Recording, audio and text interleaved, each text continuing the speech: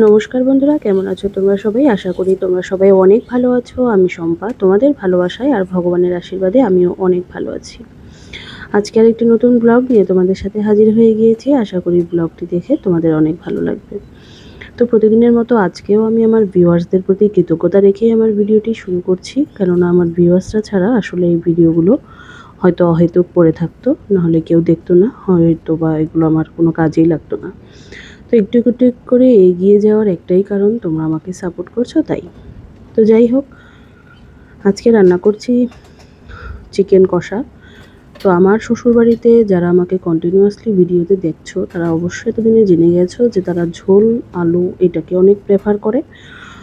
তো তাই জন্যে বেশিরভাগ সময়ই আমার মাংসের ঝোল রান্না করতে হয়। তো সেই ক্ষেত্রে যখন আমি আলাদা করে এই ধরনের একটু গ্রেভি টাইপের কিছু করি, তখন কিন্তু তারা খুব পছন্দ করে খায়।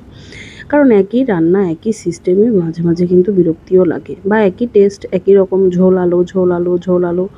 তো আমি মাঝে মাঝে এটা খেতে খেতে একদমই মাথা টাথা আমার ঘুরে যায়। তো আমি মাঝে মাঝে ইচ্ছে করেই এই ধরনের খাবারগুলো করি।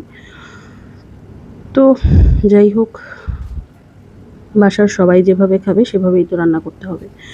তো আমি কেন রান্নার ভিডিও দিই, এটা আমার একটা ছোট বোন বলবো না, ছোট আপু বলবো। সে আমাকে বলছে যে কেন আমি আমার সারাদিনের কাজকর্মের ভিডিওগুলো দেই না। সেই ভিডিওগুলো দেখতে তার অনেক ইচ্ছে।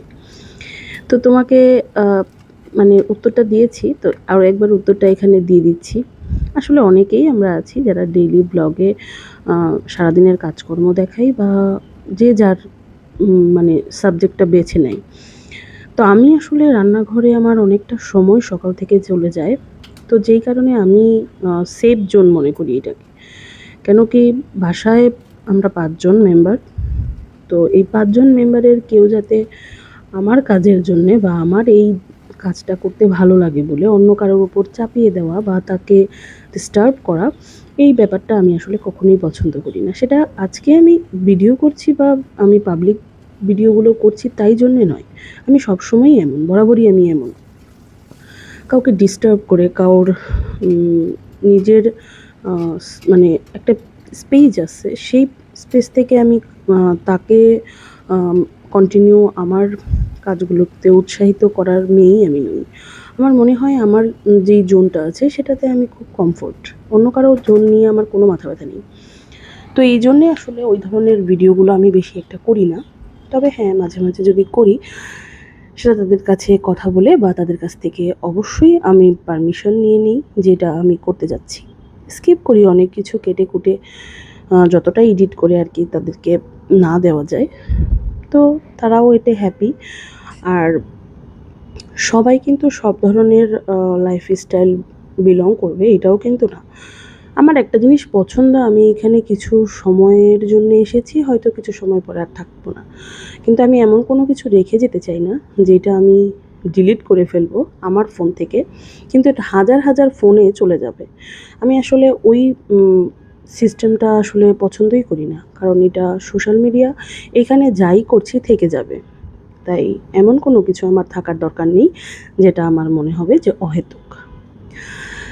তো কথায় কথায় অনেক কথাই বলে ফেললাম। এদিকে আমার রান্নাও কিন্তু কমপ্লিট হয়ে যাচ্ছে, আর দুপুরও গড়িয়ে আসছে। সবাই মিলে একসাথে খুব করে খাবো। কিন্তু গরমটা যে পড়েছে এর মধ্যে খাওয়া দাওয়াও কিন্তু খুব টাফ। খেয়ে দিয়ে তাড়াতাড়ি এসির ভিতরে ঢুকলেই শান্তি। তো সবাই আজকে দুপুরবেলা খুব মজা করে খাবে, যেহেতু চিকেন রান্না হয়েছে। আর আমার বাসার সবাই মোটামুটি চিকেন খেতে খুব ভালোবাসে। আর প্রতিদিনের মতো আজকেও একটি সুন্দর দিন, সুন্দর একটা দিনে, সুন্দর সময়ে সবার মুখে হাসি দেখাটাই পরিবারের একটি শান্তির জায়গা। সবাই সবার পরিবার নিয়ে ভালো থাকো, সুস্থ থাকো, এটাই আমার কামনা। কারণ পরিবারের একজনও যদি ভালো না থাকে, দিন শেষে আসলে আমরা মনে হয় অসুখী। তো আমরা যারা অন্যের বাসা থেকে শ্বশুরবাড়িতে আসি, আমাদের উপর অনেক সময় অনেক দায়িত্ব চাপিয়ে দেওয়া হয়। প্রথম আমাদের দায়িত্বগুলো নিতে অনেক কষ্ট হয়ে যায়। তবে কিছু কিছু মানুষ সেই দায়িত্বের কষ্টটা না বুঝেই আমাদের আরও আঘাত করতে থাকে।